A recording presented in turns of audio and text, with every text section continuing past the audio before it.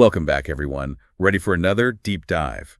Today we're tackling how English has transformed from Shakespeare's time to the slang we see online today. And if you're learning English, this is going to be extra insightful. Really seeing how the language evolved gives you a whole new appreciation for it, Totally. Plus, we've got some fun facts up our sleeve. Like, did you know how many words we can actually thank Shakespeare for? Oh, yeah, he was a language rock star. It's mind-blowing how many words he brought to life. It's something like 1,700 words. Think about that for a second. Wow, 1,700. Mm. That's incredible. No wonder he's considered such a master of language. He really did shape how we speak and write today. So how did he do it? Did he just make up words out of thin air? Well, he was a master of wordplay, that's for sure. Yeah. He did all sorts of things, transforming existing words, like taking verbs and turning them into nouns or vice versa. Oh, that's interesting. So he kind of recycled and upcycled words like a language alchemist? Exactly. He also combined words to make new ones. Those are called compound words. And sometimes, yeah, he just came up with completely new words. Like a true wordsmith. Do you have any favorite examples of words he invented? Oh, there are so many. Addiction, eyeball, bedazzled.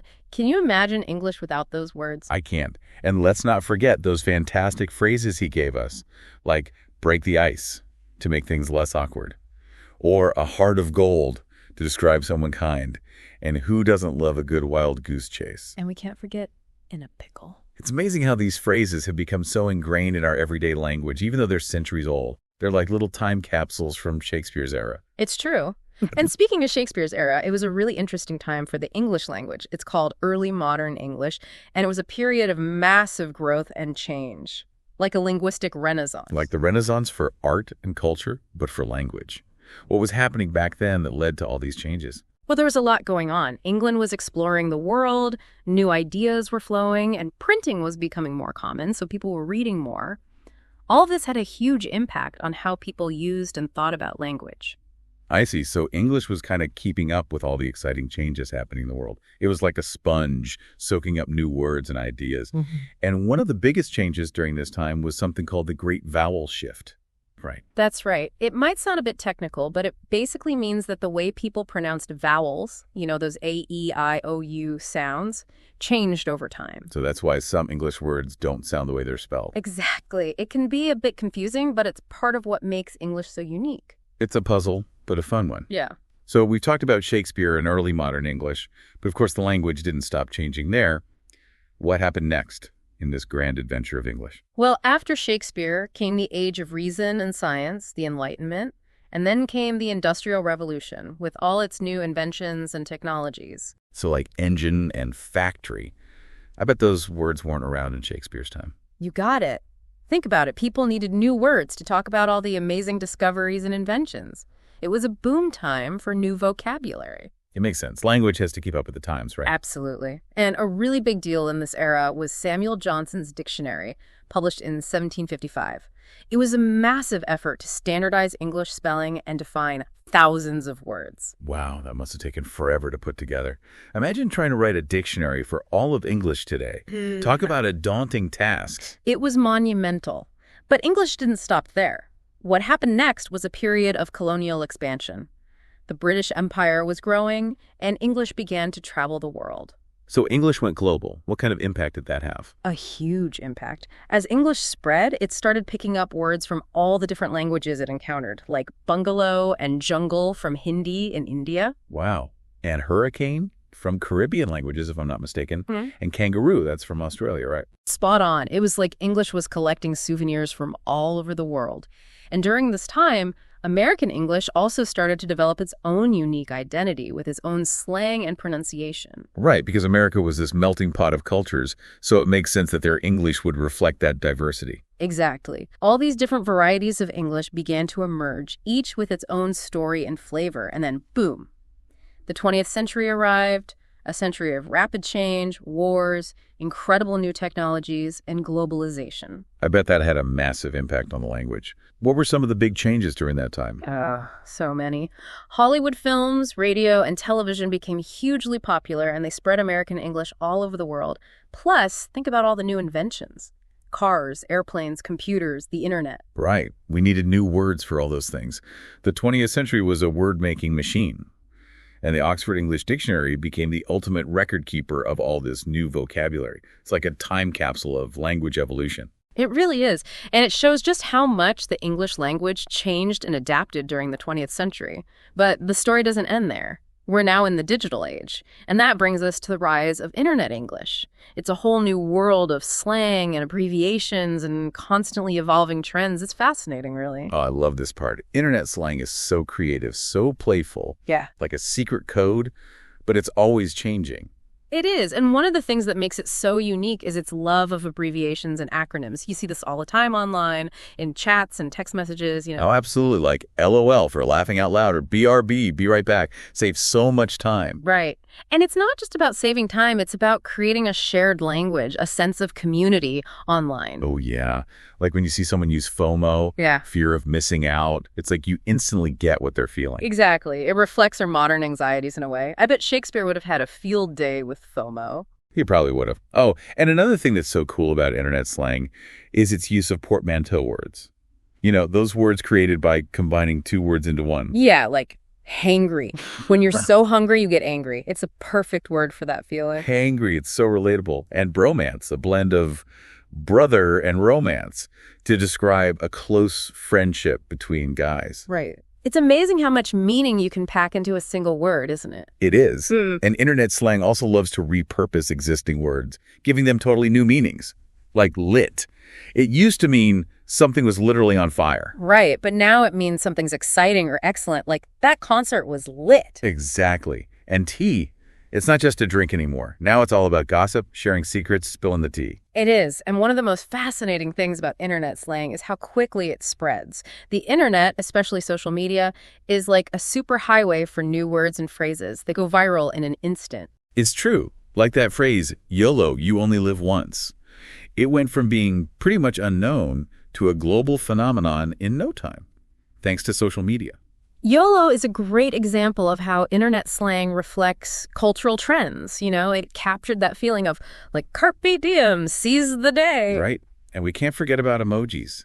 They're practically their own language now. They are. They add a whole new dimension to communication online, expressing emotions, adding tone. It's amazing how much they can convey. It's true. They're like the punctuation of internet language. Yeah. You know, sometimes you need that little winky face to make sure people get the joke. Exactly.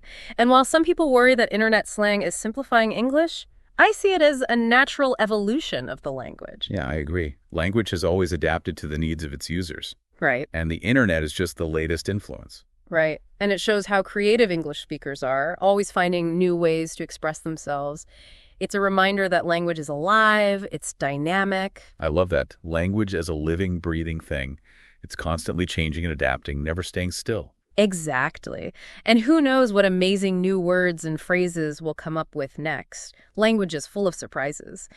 But, you know, it's interesting to think about all of this in relation to Shakespeare. Oh, yeah. We started with Shakespeare, traveled through centuries of language change, and now we're in this world of internet slang. Yeah. They seem so different.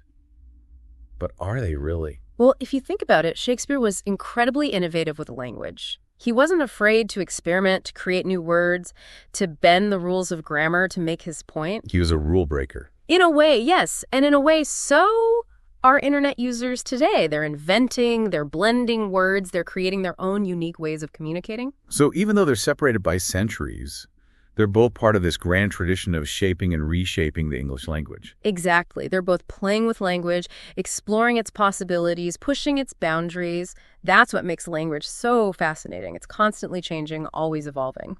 I love that idea. Language is this ever-evolving entity. It makes you realize that we're all part of this journey. We are. Every time we use a new word, create a meme, send an emoji, we're adding our own little piece to the story of the English language. Which brings us to a really interesting question. What if Shakespeare were alive today, using the internet, posting on social media? Oh, can you imagine?